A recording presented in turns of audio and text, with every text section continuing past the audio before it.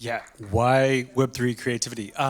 Thanks everybody. I know this is a Friday, last talk on a Friday, so I will try to come at it with as much energy and creative output as I possibly can.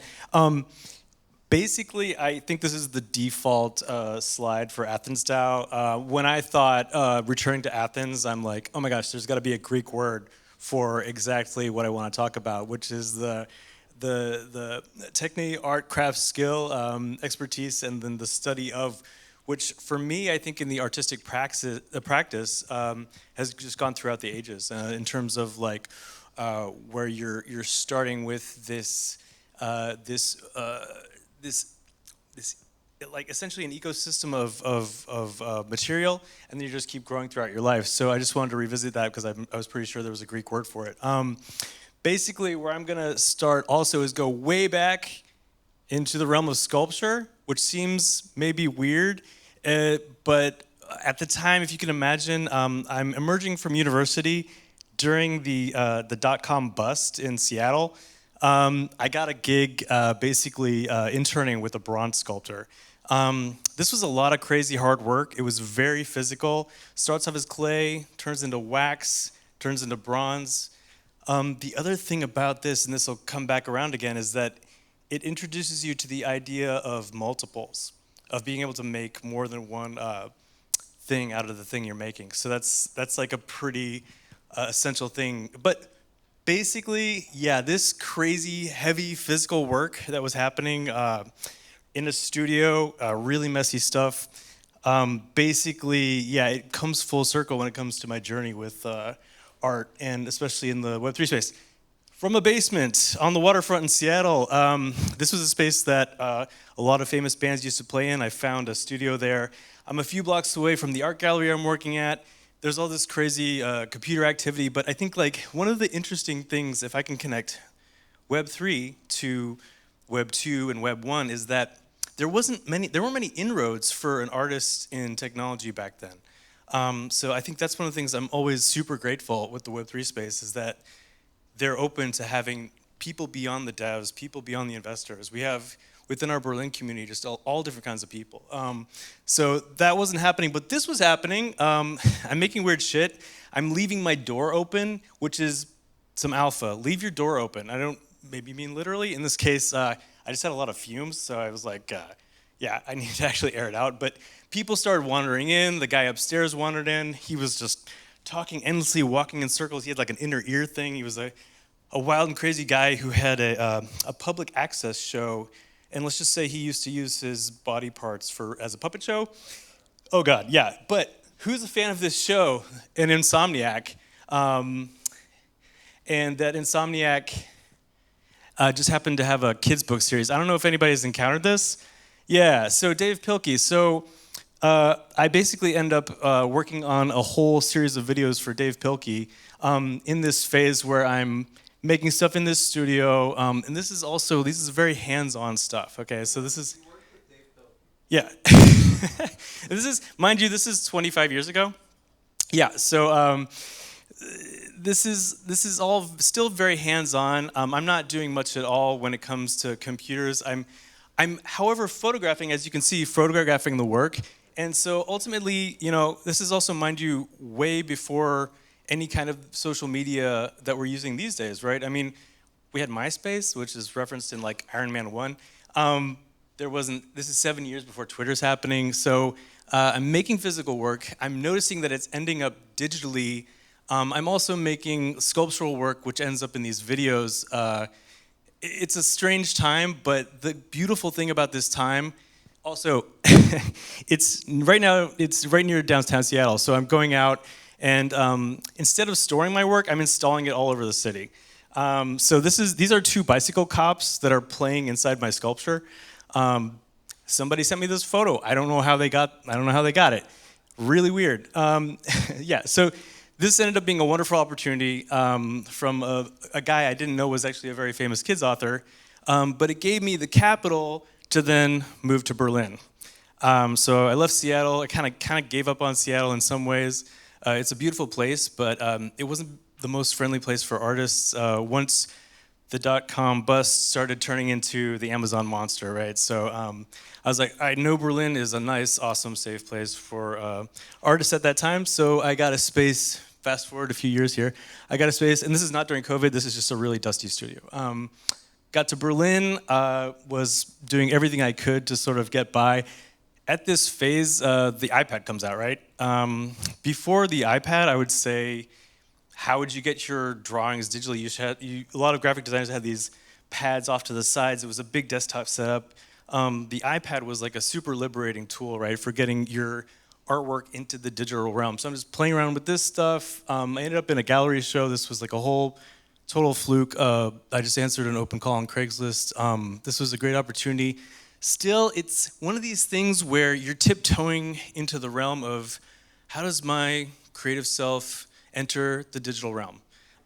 It's still awkward because, yeah, you're putting it out there. These are files. They're files on your computer. They're files that just end up clogging up your hard drives. Your hard drives die. Your hard drive dies, and it's gone, right? There's a lot of problems web3 ends up addressing and solving that were not solvable before this phase. Fast forward to the art world. So I've worked in 5 different galleries over the years. I show this work because it's my least favorite artwork to display and transport. It's a shipping container on a mountaintop that is sliced into many pieces, and this particular mountaintop happens to be in a disputed zone, shall we say, so we had to get it from one end of the earth to the other. Transport it here. This is a gallery in Berlin I was working at. I was in charge of installations all over, in the gallery and all over the world. These things weigh, I don't know how much they weigh. This was insane. If you made a mistake, somebody lost an arm. Okay, so this is very physical work, very heavy work. Also like the bronze work, very physical, very heavy work. At this point, I am just like pining for anything that doesn't weigh 5,000 tons and much less transport and ways to store these things is insane. So like a godsend, COVID shows up, which I can say, if anything, we can all kind of maybe thank COVID for getting us somewhere further in the Web3 space, particularly me. The gallery scene shrunk, the art fairs were closed, Berlin shut down for 2 years, so we had to find something to do, right? I came across this company who was actually throwing a virtual rave in a virtual space, and I was like, I'll do anything, I'm just going crazy at home. They did this virtual sculpture gallery that was above the rave, and I was like, that is amazing. So I had like a great time wandering around. It also gave me the thought, first time, to look at sculpture beyond the mere physical, heavy, everything I had known about sculpture up until that time, and think about it in terms of also like Blender. That I had a lot of time to just focus on Blender, which now I guess, like, if you can imagine, you just had to watch a lot of videos because you didn't have the AI tools to like tell you how to do everything. So I end up getting some initial sculptural material that would have otherwise been, you know, stuff you had to make and lug around, just into the purely digital realm for like the first time ever. And I was like, this is pretty rad. I entered another realm, which would be the metaverse. I don't know if you've heard of a chain called Near, the Near protocol. By the way, like, they probably did like some pretty interesting experiments with governance. That perfect case study if you want to know like how not to do that.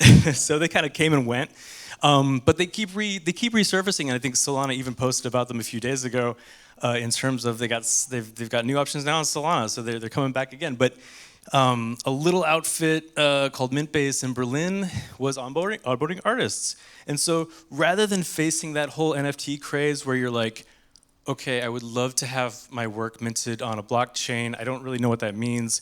It costs $80 in gas fees on Ethereum, so that makes you really picky, really self-critical of your own work, right? Near cost nothing, and I was like, perfect. So I actually ended up learning a lot on Near. They also had like avatars and virtual spaces.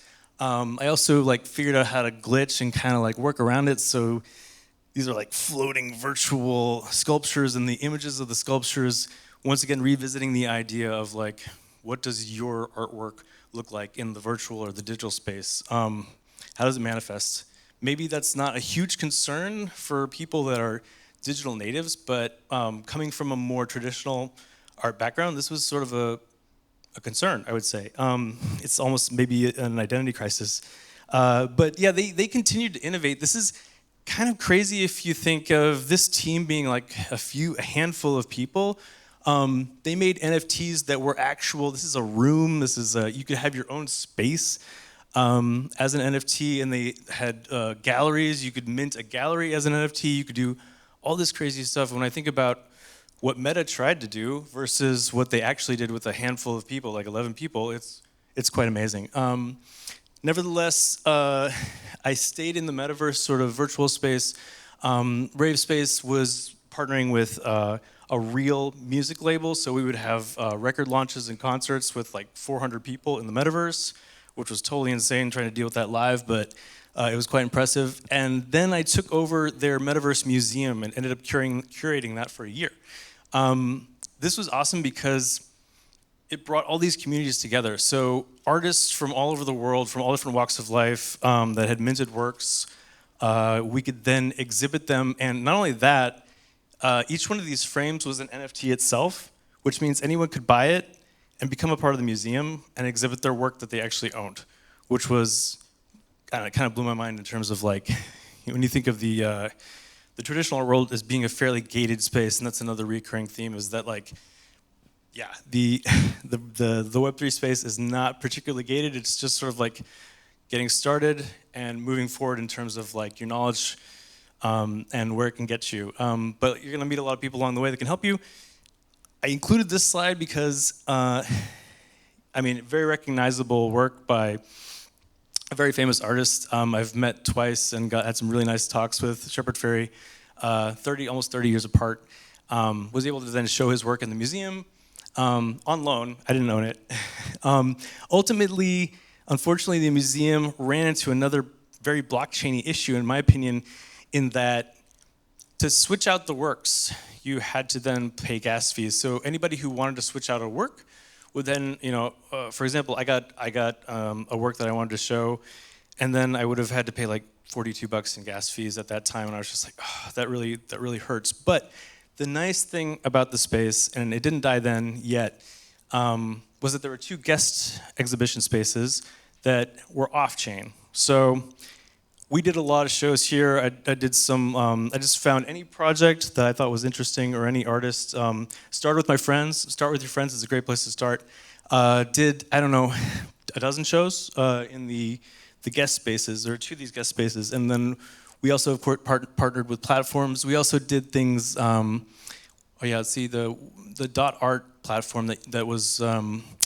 Had a different name back then, but we also did Easter egg hunts. So I don't know if you're familiar with the gaming. I'm not a gamer, but we had giveaways that involved Easter egg hunts hidden in the museum. So we gamified this, and we also, here we are once again, sculpture's back. I had a friend who was coincidentally making like bronze sculpture, which we were able to install in the museum, and then also playing with scale. For the first time ever, you could just play with scale of sculpture, which.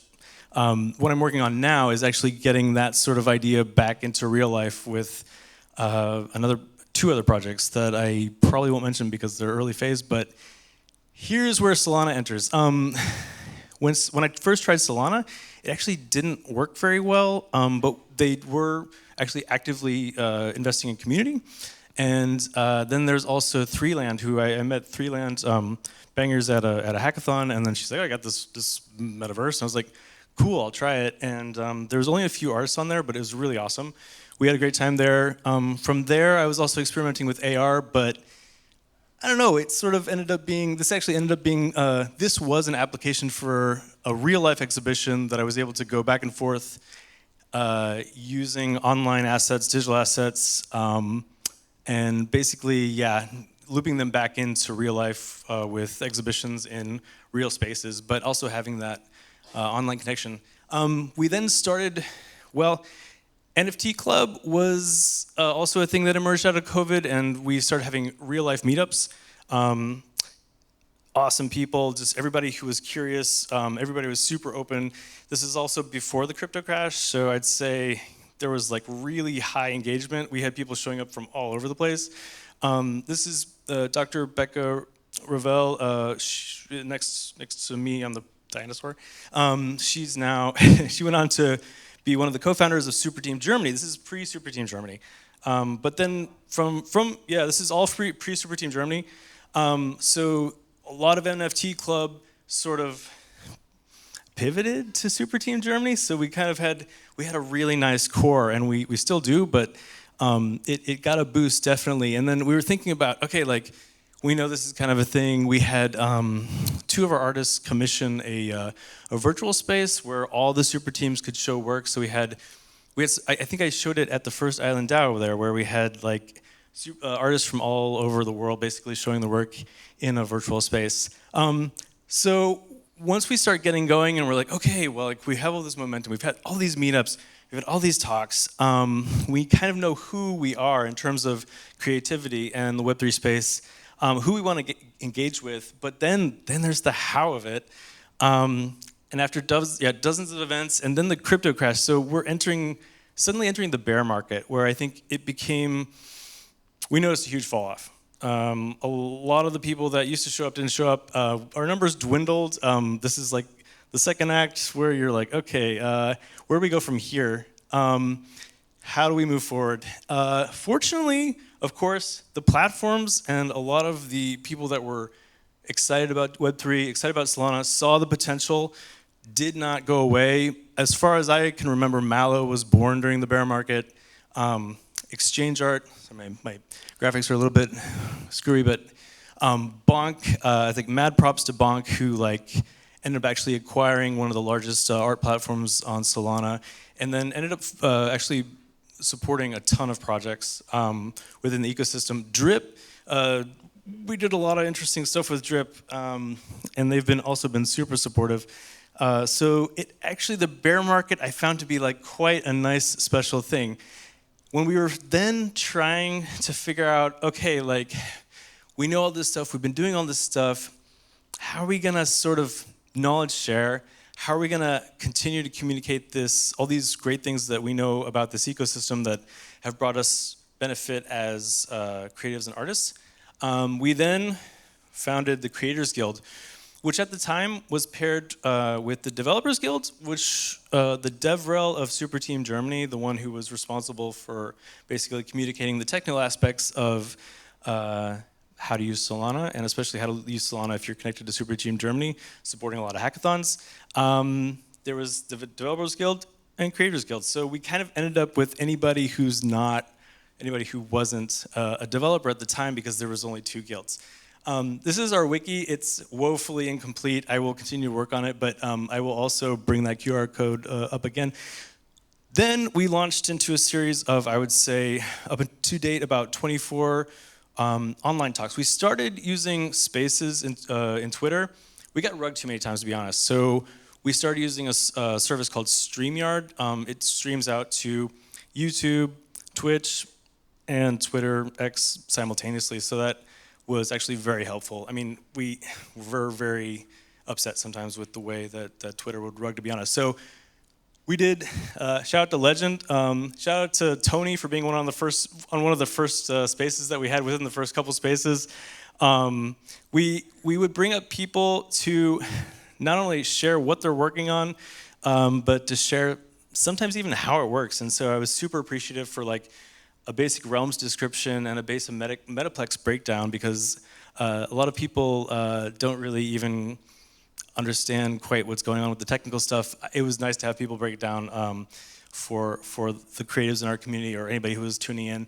Bloody, huge shout out to Bloody, who's been a huge force in our community. His real name is David. He's out there always doing stuff. And Arikia, keep an eye on her. She's in Davos right now, and she's got an amazing project underway. We did, like I said, 24 of these shows. This is one of my favorites, where we were able to kind of I would say, clearly communicate through case studies how creatives are using this platform, the Solana platform, what they're doing with it. And in this case, we had Metaverse, crazy innovator with AI and Metaverse. a comic book artist, another book artist, and also the founders of Solana Animate Film Festival. So I don't know if you've ever come across Solanimate. It's an awesome film festival that happens now, I guess, annually.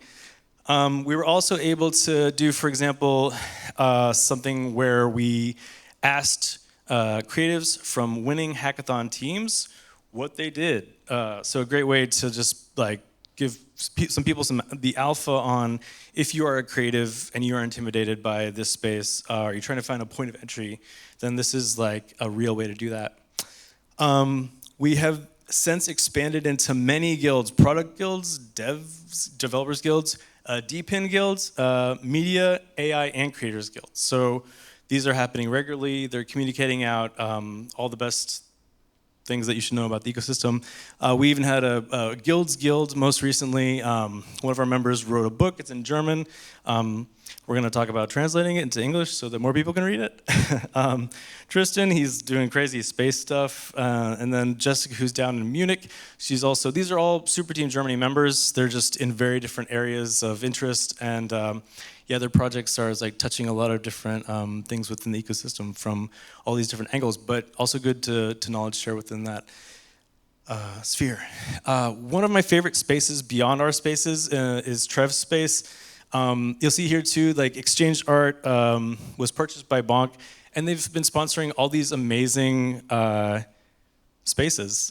These are still audio-only spaces, but I would definitely highly recommend tuning into this when it comes to like, if you're confused about point of entry, this is a great place to start. They talk about things all over the system. Here's a resources wiki, once again, for anybody that wants to check it. I will continue to post things there. When it comes to events, we were able to connect a lot of different parts of the ecosystem in Berlin. Crypto Girls approached Ravespace. We helped them with their launch, was connected to NFT Brazil. So you just have all these things crossing over. I know we've had a lot of SheFi graduates involved over the years as well. That's shout out to June from Ledger. She's one of our favorite members of our ecosystem. Super Team itself started supporting a whole series of Solana super stages. So once every month, we took over an entire space that was usually having an open mic, and we would also share out our own projects within that space, as well as just hands-on workshops. And like I was saying, if there are no events in your area, then maybe try to figure out how to propose one of your own. We were super lucky to get support from Soulflare. They were super generous in just sharing out like a lot of basic stuff we needed to onboard people in our community. This is fairly new, which is also part of the Exchange Art ecosystem. JT Liss was, he was the Bonk Art Masters guy. I think he has more help now, but they opened a physical gallery in New York now, which is, I think, also going to show up for NFT Paris, even though NFT Paris got canceled. They're going to be there anyway, having their stuff. One thing I would say, if we still have anybody wondering like where they should start, is tune into your mentors, regardless of they're in Web3 or not. This is one of my favorite people, creators. His name is Sean Wolf. He's an artist designer in Seattle. And also, of course, everybody I've met at Island DAO has been awesome, and I would say just keep an eye on what everybody's doing there. They've always got amazing things going on, obviously, so keep tuned into that. And then the projects that you do encounter, figure out how you can involve with them. The Control X project they've gotten funding from Solana Foundation. They're going to move forward in terms of they've already got a functioning MVP, and going to keep moving forward, trying to solve like really important problems that are also in this sense, IP writer problems. This is me. Thank you so much for having me. And Athens DAO, this is my second year. I loved it this year, last year, and I definitely was excited to come back this year. And I think make sure to hit up Greed Academy tomorrow, because that's, if there was one place I think everybody should start, like day zero, Greed Academy will get you on the right step. So thank you so much, and I will see everybody tomorrow.